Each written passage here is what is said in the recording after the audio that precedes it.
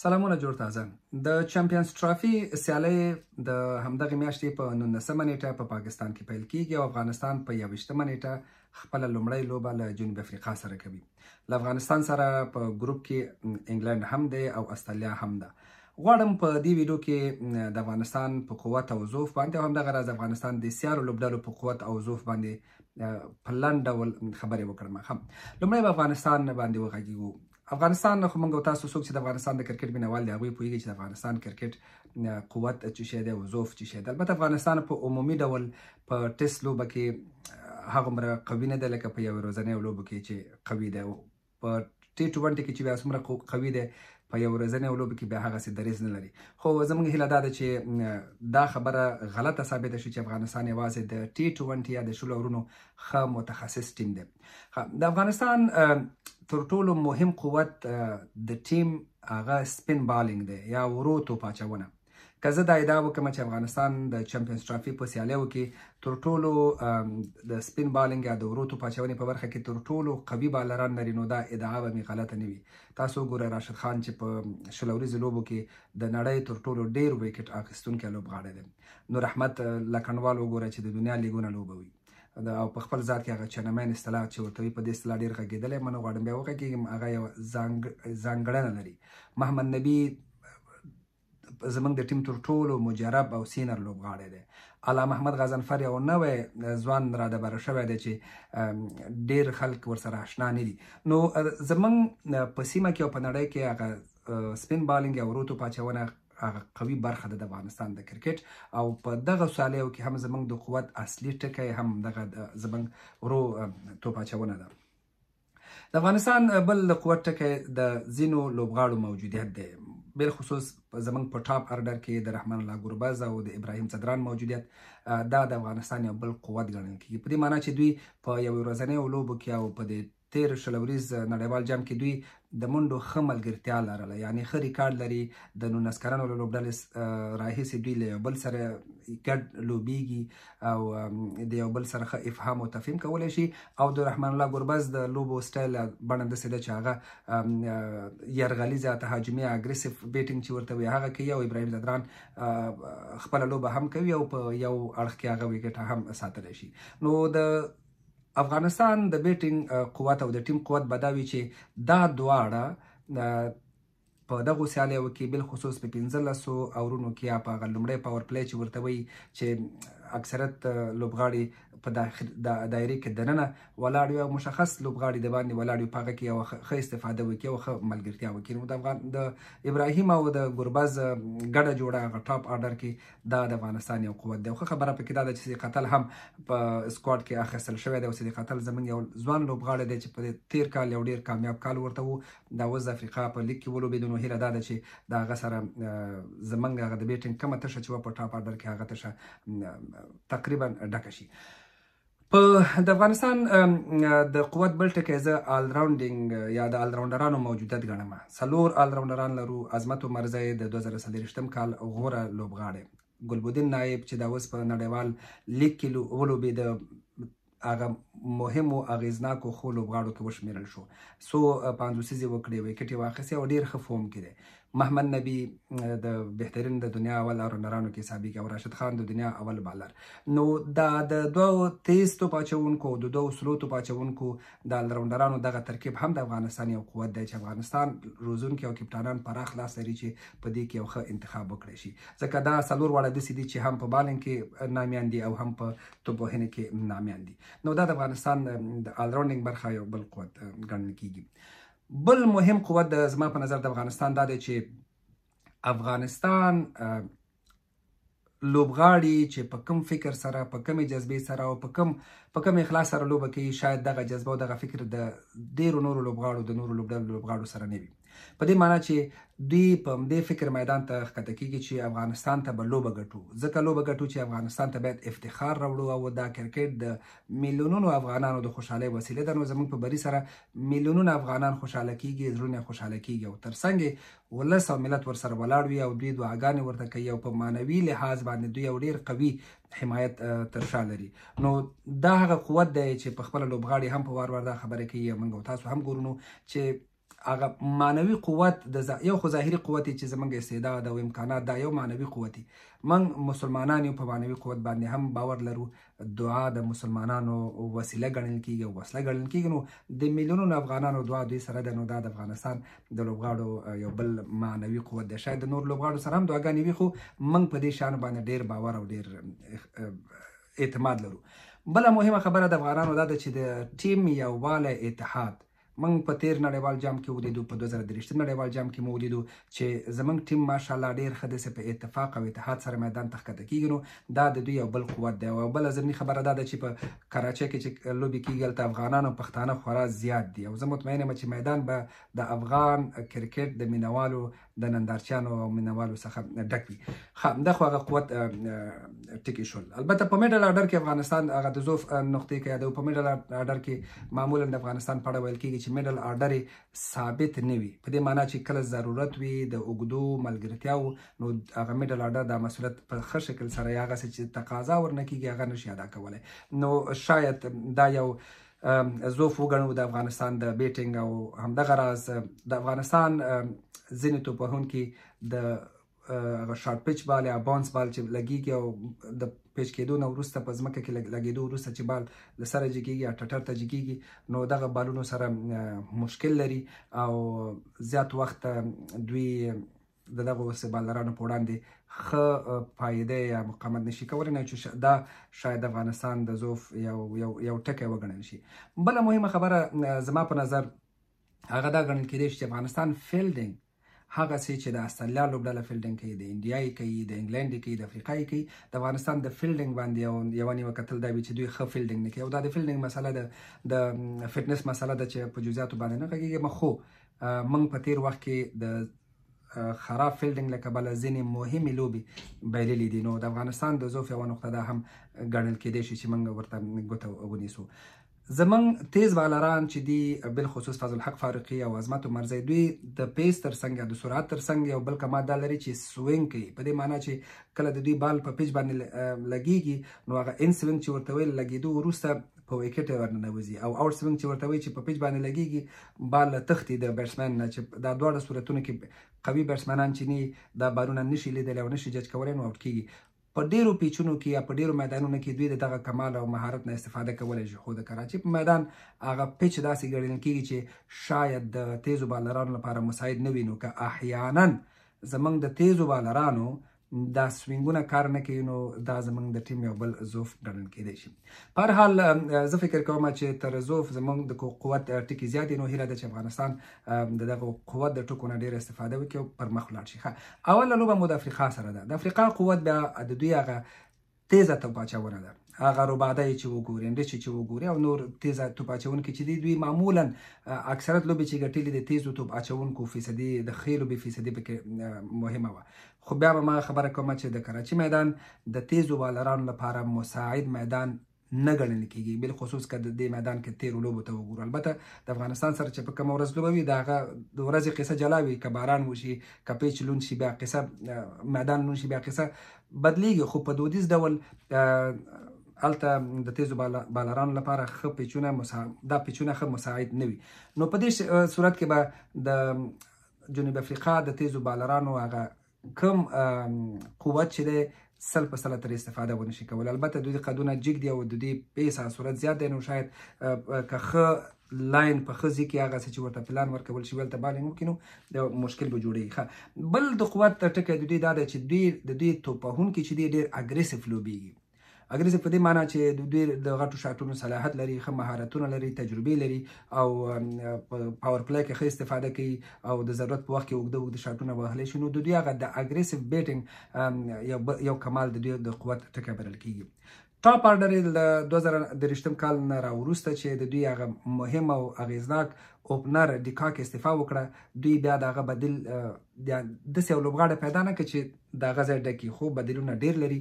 په ټاپ آرډر کې معمولا د دوی هغه کپټان هم اوپننګ کوي چې ډېر ثابت لوبغاړی نه دی خو سنچریان دی، سنچریان یې کړي دي. نو هغه ټاپ آرډر یې تر میډل آرډر کمزوری بلل کېږي. میډل آرډر کې دوی ډېر قوي لوبغاړي لري.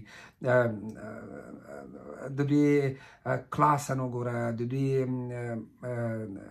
ډیوډ میلر وګوره او د دوی دغه بل کپټان چې جنوب افریقا په شلوريز لیګ کې په فائنل کې د اشرف خان د لوبډلې سره د ټیم کې فائنل لوبه وکړه.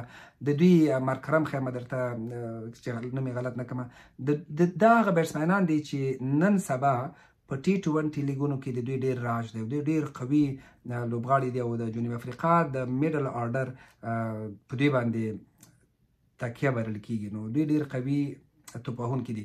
نو تر ټاپ آرډر میډل آرډر قوي دی. خو د دوی په اړه داسې ویل کیږي چې دوی ډیر ښه اختتام کوونکي یا فینشران نه لري. که څه هم د دوی ډیوډ میلر ډیر ښه لوبغاړی دی او د دوی د ضعف یو ټکی دا بلل کیږي چې کله د دوی ویکټې وغورځېږي نو بیا ډیر د پارټنرشپ مسله د دوی یوه غټه مسله ده. په ورو توپ اچوونکو کې د دوی مهاراج او تبریزي شمس وبخی دا دوه ورو توپ اچوونکي دي چې دوی به ورباندې تکیه کوي جنوب افریقا ټیم او له شک پرته چې دا دواړه چپلاسې دي او چپلاسې معمولا کامیاب بالران وي. نو یو پکې زموږ د نور احمد غوندې بالینګ کوي. نو وګورو چې دوی افغانستان ته سره څه کوي او افغان توپوهونکي د دوی په وړاندې څه کوي. د دوی د ضعف په ټکو کې یو ټکی دا نور هم ورزیاتول غواړم. البته د دوی فیلډینګ هم فوق العاده فیلډینګ دی. جان تیروت د نړۍ په کرکټ کې یو تاریخ لري په فیلډینګ کې، هغه هم د جنوب افریقا لوبغاړی و. نو د دوی فیلډینګ فوق العاده فیلډینګ دی که افغانستان سره یې پرتله کړو. البته د دوی د ضعف په ټکو کې یو ټکی دا هم نور هم ورزیاتولی شو چې د دوی په کپټان باندې دا یوه نیوکه کیږي چې هغه ډېره داسې بیداره زیرک او داسې یو کپټان نه دی چې که ضرورت شي که الف پلان یې کار نه کوي نو زر بي پلان ته مخه کړي یا سی پلان ته مخه کړي. یعنې دودیز کپټان بلل کیږي. هماغه یو پلان چې ورته ورکړل شوی وي نو په هماغه پلان باندې مخې ته ځي او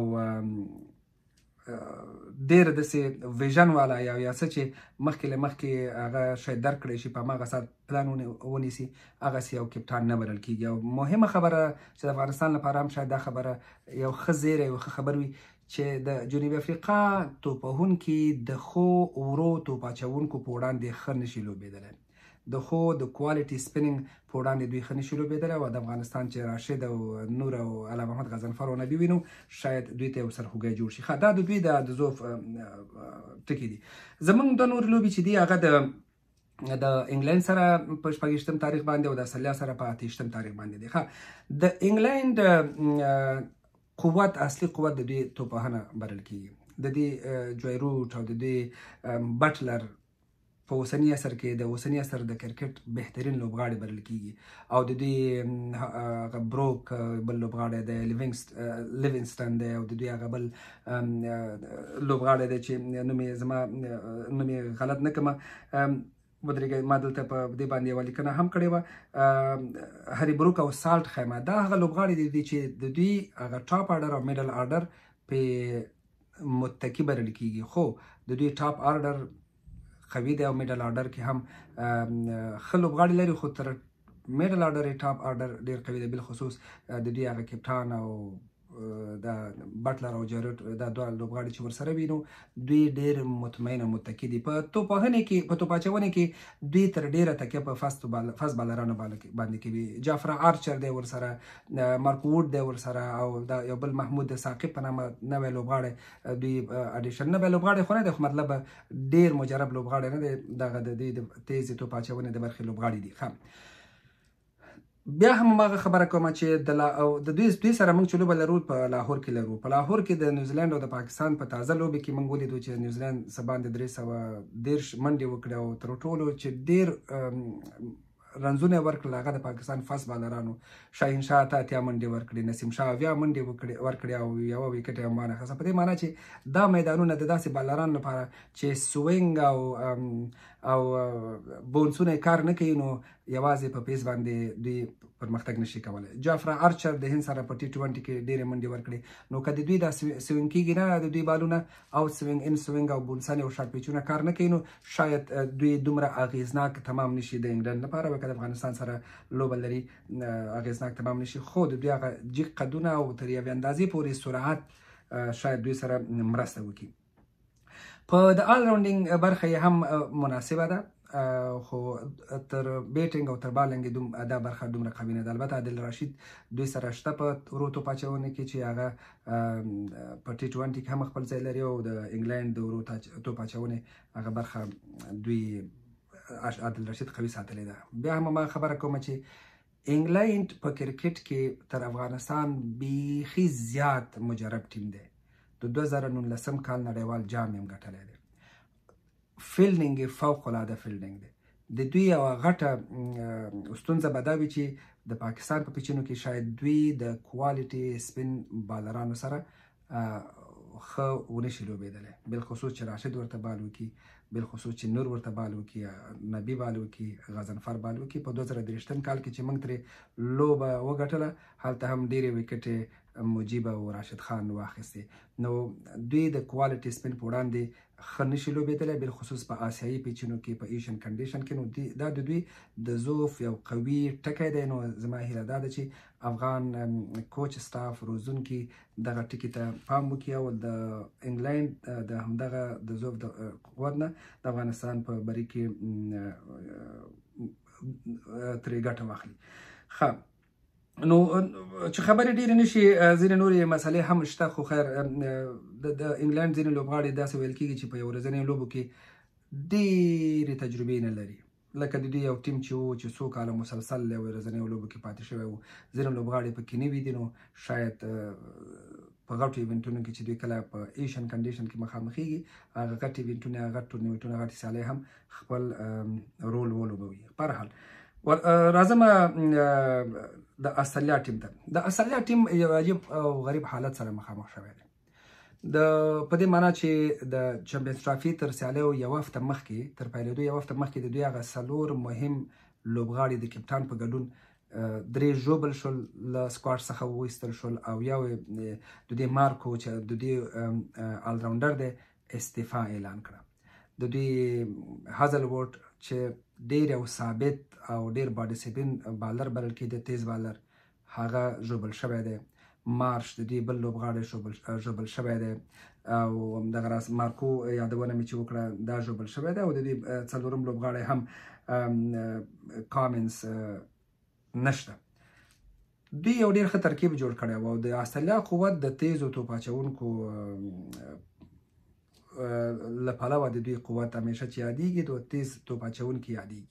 خو دغه 2-3 تیز توپ اچوونکي ترې ووتل، نو دوی به نور بدیلونه د دوی په ځای سکواډ کې اضافه کوي. شک نشته چې ښه بدیلونه لري، خو هغه ترکیب یې، هغه توازن یې الریډي ګډوډ شوی دی. نوي لوبغاړي چې راځي، نو د هازلووډ ځای نشي نیولی، د کامنز ځای نشي نیولی، د مارش ځای نشي نیولی، د مارکو ځای نشي نیولی. په هر حال هغه تیز توپ اچونه یې خو دغسې ګډه وډه شوه چې د قوت ټکی و، او د دوی په بیټینګ کې بیا په دې سره د دوی بیټینګ هم ګډوډ شوی دی. خو ټاپ آرډر یې لکه ټراویس هیډ د دوی اوپنر بلل کېږي، سټیف سمیت د دوی هغه ټاپ آرډر توپوهونکی بلل کېږي.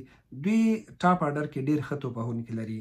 انتقاد په دوی باندې معمولا دا کېږي چې په دې وروستیو کې د دوی میډل آرډر ډېر ګډوډ دی او ډېر ثابت نه دی، او تر ډېره په آلراونډرانو باندې دوی دا میډل آرډر ساتلی و چې میکسویل یادولی شم، دا مارکو د دوی آلراونډر و. اوس چې مارکو هم لاړو او د دوی هغه بل آلراونډر چې ورته بیټینګ کولی شو هغه هم لاړو، نو اوس به دوی تر ډېره په ویکټ ساتونکو توپوهونکو باندې دغه خپل میډل آرډر تکیه کوي او سمبالوي، او شاید سکواډ ته ځینې نور لوبغاړي ور اضافه کړي چې تر اوسه اضافه کړي نه دي. نو په هر حال د استرالیا د قوت کم ټکی چې و هغه کمزوری شوی دی، او ټاپ آرډر یې قوي دی، میډل آرډر یې ټکنی دی. نو په ورو توپ اچونه کې یوازې ځمپال لري، مسلکي پروفیشنل هغه جنمن سپینر چې ورته وایي، او میکسویل هم کله نه کله ورو توپ اچونه کوي. نو ورو توپ اچونه تر تیز توپ اچونې دومره قوي نه بلل کېږي، خو استرالیا له یو عجیبه او غریبه حالت سره مخامخ بلل کېږي. نو دا د دوی لپاره یو ډېر یو شاکینګ مرحله ده چې دوی به څنګه ځان وباسي، او دا به په نړیوال جام کې ولیدل شي، په د چمپیونز ټرافي سیالیو کې به ولیدل شي. که دوی ښه ولوبېدل، ښه وځلېدل او دغه حالت نه ځان وویستو چې ویستلی شي، دوی په غټو سیالیو کې د لوبو کافي مهارت او کافي تجربه لري، او د دوی په اړه دا خبره همیشه کېږي چې د استرالیا ټیم داسې یو ټیم دی چې د غټو ایونټونو، د غټو سیالیو د ګټلو تجارب لري. په هر حال نو وګورو چې څه کېږي. د دوی هم د قوت او البته بهترین فیلډران دي.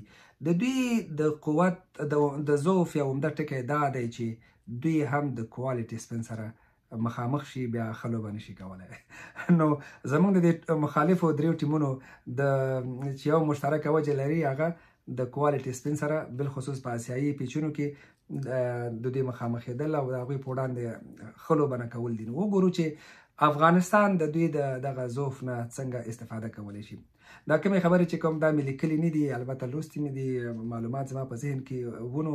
ما وویل تقریبا 20 دقیقو خبره ویډیو شوه، که په خبرو کې یو ځای کې نیم ځای کې الفاظ ښکته پورته شوي، ژبه مې خویدلې، نو بخښنه ځکه کوئ چې نه د کاغذ له مخې لولم او نه د سکرین کې راسره شته چې زه ولولم، فقط دلته مې همدا ټکي ځان سره لیکلي وو، نو هغه د هغه له مخې مې تاسو ته دا معلومات شریکول. البته د استرالیا د ضعف یو بل ټکی دا هم دی چې دوی کپټان هم ژوبل شوی، سکواډ نه ویستل شوی. اوس که دوی بل کپټان ټاکي نو هغه د نوي کپټان راتګ او د لوبډلې ترکیب په کم وخت کې هغه ترکیب، هغه توازن، هغه افهام متفاهم برابرول په خپله یو مشکل او دا تخنیکي مشکل دی. په لاهور کې موږ د استرالیا او انګلند سره لوبې لرو. د لاهور پیچ معمولا د پاکستان او نیوزیلند لوبه که وګورو تیز بالران پکې ونه ځلېدل، خو که باران وشو، که موسم بدل شو، نو د لاهور پیچ هم ورسره بدلیدی شي. په هر حال د انګلند او استرالیا سره مسله موږ دا ده چې د انګلند ځینو سیاستوالو د افغانستان سره د بایکاټ غوښتنه کړې ده او استرالیا هغه ټیم دی چې د افغانستان سره د دوه اړخیز سیریز د نه کولو خبره کړې ده. نو تیر نړیوال 2023 کال کې مو انګلند مات کړ، 2023 کال کې مو استرالیا ماته کړه. چې دوی افغانستان سره مخامخېږي نو دا مسایل به هم د دې په ذهن کې وي او یو ډول رواني فشار سره به وي. البته زه په دې باور یم چې مینوال به په میدان کې د افغانانو زیات وي او دا به هم خپل رول لري. په هر حال خبرې مې اوږدې شوې. په چمپیونز ټرافي باندې غږیږو، په فیسبوک کې، په ټویټر کې، په انسټاګرام کې، په یوټیوب کې او په ټیک ټاک کې ما سره پاتې شئ. ډېره مننه.